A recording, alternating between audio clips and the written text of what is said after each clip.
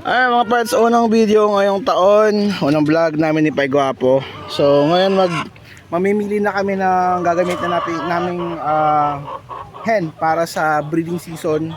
I-breed na kasi namin yung Rhode Island, amin yung Black Australorp. So mamimili kami.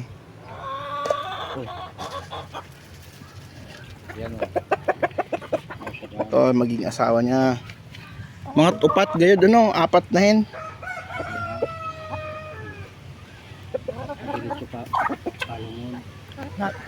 At ito na mga parts, pinipili namin maigi dito ni Pai Guapo yung ating mga magiging parent stock ng ating mga Black Australorp. Tingnan natin yung comb, yung mata, yung ilalim ng paa, dapat kulay puti yan and malinis, and pati yung comb dapat straight yan, walang patiko or whatever. Pati yung mata dapat pure black yan mga parts. Ganyan kami magpili ng parent stock dito sa ating backyard. So ito na mga parts, nakapili na kami ni Pai Guapo ng mga Black Australorp na gagamitin natin sa breeding season. So ito yung last na hen na nakuha natin. Yan, sobrang laki na ito. So ilalagay na natin dito sa breeding pen. Ito yung gagamitin natin mga materyales. Kita ko sa inyo. So ito yung ating mga Rhode Island, mga Black Australorp. Yan, mga itim yung mata niyan, yung mga katawan. So talagang pinili namin na malaki sila, malalaki, and magaganda yung katawan, quality, para quality yung kanilang magiging anak. So susunod natin yung rooster. Let's go. Ito yung rest ng ating mga Black Australorp. Gagamitin na lang natin sila for as egg layer. So yun naman talaga yung purpose nila, egg layer, tapos breeding, sa breeding materials. So kailangan natin piliin. Ang mga pinili natin, mga straight comb yun, straight comb, walang aberya, pati yung katawan, yung paa, check namin yun, selection nun, kulay, dapat kulay puti, which is yun naman talaga, kulay puti yung ating mga ilalim ng paa nila. Healthy, dapat healthy talaga yung gagamitin natin. So yun. Ito si Pogi, siguro kilala nyo naman ito, yung ating Black Australorp na male na gamitin sa breeding. Nag-iisa lang naman to.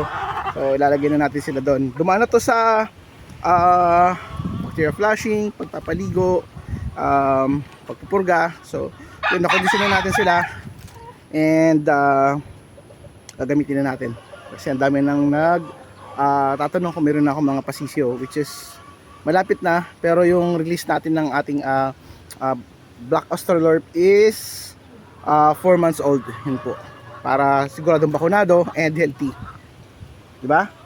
Ready ka na? Ang ganda niya, no? Say hi na. Lupit mo, patsik mo. Say hi na. Ang pogi, no? Mapaalam na. So ayan, kompleto na sila. 4 hens, 1 roux. Ayan, gagamitin natin. Ready na yan. Maganda na yung kanilang balahibo. By next month may mga season na to for sure. Let's go. So ito na mga parts, ito yung gagamitin nating mga materyales para sa ating mga Rhode Island White. Madudumi lang sila kasi ang hilig nilang mag dust bath. So ito gagawin natin is babalik lang natin sa tatay. Magiging line breeding to. Yung mga anak na to ng yan. So yung pinaka damatans natin dito. Same goes with this same goes dito sa ating mga Black Australorp. Ito yan, tatay nito, mga anak na lang to, itong 4 na to. So babalik lang natin sa kanya para mas maganda yung kakalabasan. Magiging ayun nga, mag-line breeding tayo. Tingnan naman, no? Ganda ng buka ng itlog, ng buntot niyan mga pards. Yan. So, ang ganda ng mata niyan, ang ganda ng katawan. So yan. Dito yung ating McLean hatch. Rico shoot, ouch. Ito, pakayabang. So yun nga, di mo na natin ma-breed yung ating White Kelso kasi bata pa yung hen and yung rooster. Pareho silang going to 7 months old. So gusto ko pag breed tayo sa breed natin sila, mature na, mga siguro 1 year old pataas. Pati din yung ating golden boy na sweeter, nag-molt yung hen. So di natin inaasahan yun, kaya antayin natin matapos siya sa molting season niya, and saka natin sila i-breed. Marami pa, so, saktong-sakto lang kasi ito. Aayusin pa natin yan. And doon sa mga nagtatanong nga pala kung bakit hindi na ako nagbe-breed or hindi ako nagbe-breed ng Rhode Island Red, dahil po marami na tayong kaibigan na nagbebenta ng Rhode Island Red na magaganda, and yung sa atin naman is tama lang.